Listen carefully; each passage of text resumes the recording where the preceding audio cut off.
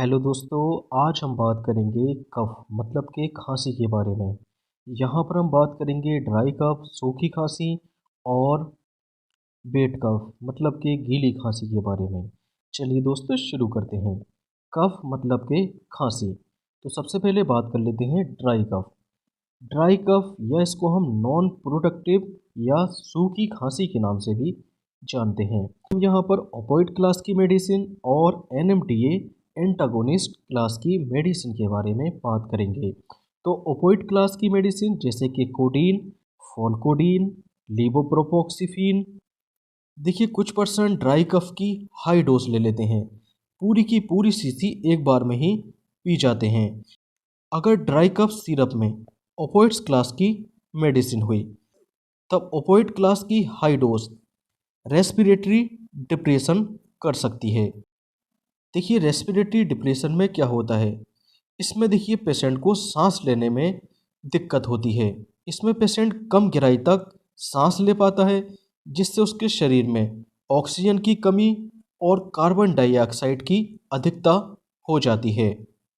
तो इसी कारण ड्राई कफ्स जिसमें कि ओपियोइड्स हो, ओपियोइड्स की हाई डोज रेस्पिरेटरी डिप्रेशन कर सकती है। ओपियोइड्स के हाई डोज के रेस्पिरेटरी डिप्रेशन के कारण बच्चों में इसको यूज़ करने से बचते हैं। इसके अलावा एनएमडीए मतलब कि N methyl D aspartic acid antagonist medicine, ये होती है डेक्स्ट्रोमेथोर्फेन और बेंजोनिटेट।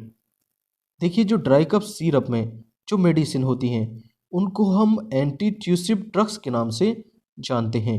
तो एंटी ट्यूसिव ड्रग्स ये कफ को सप्रेस कर देती हैं, मतलब कि कफ को घटा देती हैं।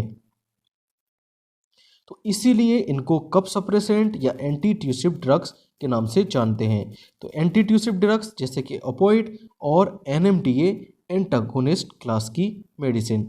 तो देखिए ये क्या करती हैं, ये हमारे ब्रेन में मेड्यूला ओब्लोंगेटा, मेड्यूला ओब्लोंगेटा में होता है कफ सेंटर। तो ये हमारे ब्रेन के कफ सेंटर को सप्रेस कर देती हैं। अब जैसे ही ये देखिए हमारे ब्रेन के मेड्यूला ओब्लोंगेटा मतलब कि कफ सेंटर को सप्रेस कर देती हैं, तो हमको खांसी का एहसास नहीं होता है। इसी कारण खांसी यहाँ पर रुक जाती है। तो देखिए डेक्स्ट्रोमेथोर्फेन और कोडीन, तो ये हमारे कफ सेंटर को सप्रेस करती हैं। देखिए ड्राई कफ सिरप्स में जनरली डीएक्स या डी लिखा होता है। तो डीएक्स और डी से हम पता कर सकते हैं कि ये ड्राई कफ सिरप है। वरना ड्राई कफ सिरप्स में ओपियोइड्स और एनएमडीए एंटागोनिस्ट क्लास की मेडिसिन होती हैं। इसके अलावा हम बात कर लेते हैं प्रोडक्टिव कफ, स्प्यूटम मतलब कि बलगम या म्यूकस, या इसको हम गीली या बलगम वाली खांसी के नाम से भी जानते हैं। तो बलगम वाली खांसी में देखिए कौन कौन सी मेडिसिन्स होती हैं। यहाँ पर गोइफेनिसिन, एमोनियम क्लोराइड और एम्ब्रोक्सोल और ब्रोमहेक्सिन होती हैं।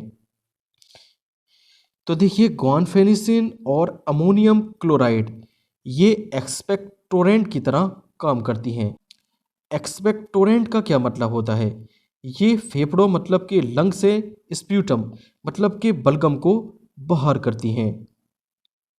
इसके अलावा एम्ब्रोक्सोल और ब्रोमहेक्सिन, इसका क्या काम होता है, एम्ब्रोक्सोल और ब्रोमहेक्सिन ये म्यूकोलिटिक की तरह काम करती हैं। देखिए म्यूकोलिटिक में दो टर्म हैं, पहला है म्यूको, म्यूको मतलब कि म्यूकस, और दूसरा है लिटिक, लिटिक मतलब होता है तोड़ना मतलब कि ब्रेक करना। तो ये म्यूकस को तोड़कर पतला कर देती हैं। तो एम्ब्रोक्सोल मतलब कि ए और ब्रोमहेक्सिन मतलब कि बी। तो ए और बी जो है इस म्यूकस को छोटे छोटे भागों में तोड़ देती हैं, और गोइफेनिसिन और एमोनियम क्लोराइड इस पतले म्यूकस मतलब के बलगम को फेफड़ों से बाहर करने का काम करती हैं।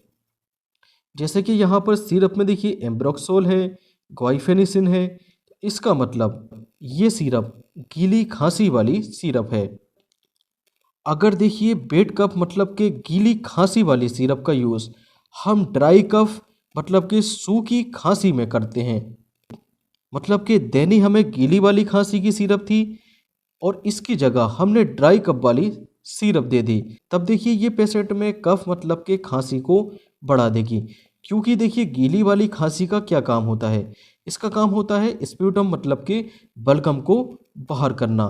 तो ये बलगम को बाहर करने की ट्राई करेगी, कोशिश करेगी, जिससे कफ और बढ़ जाएगी।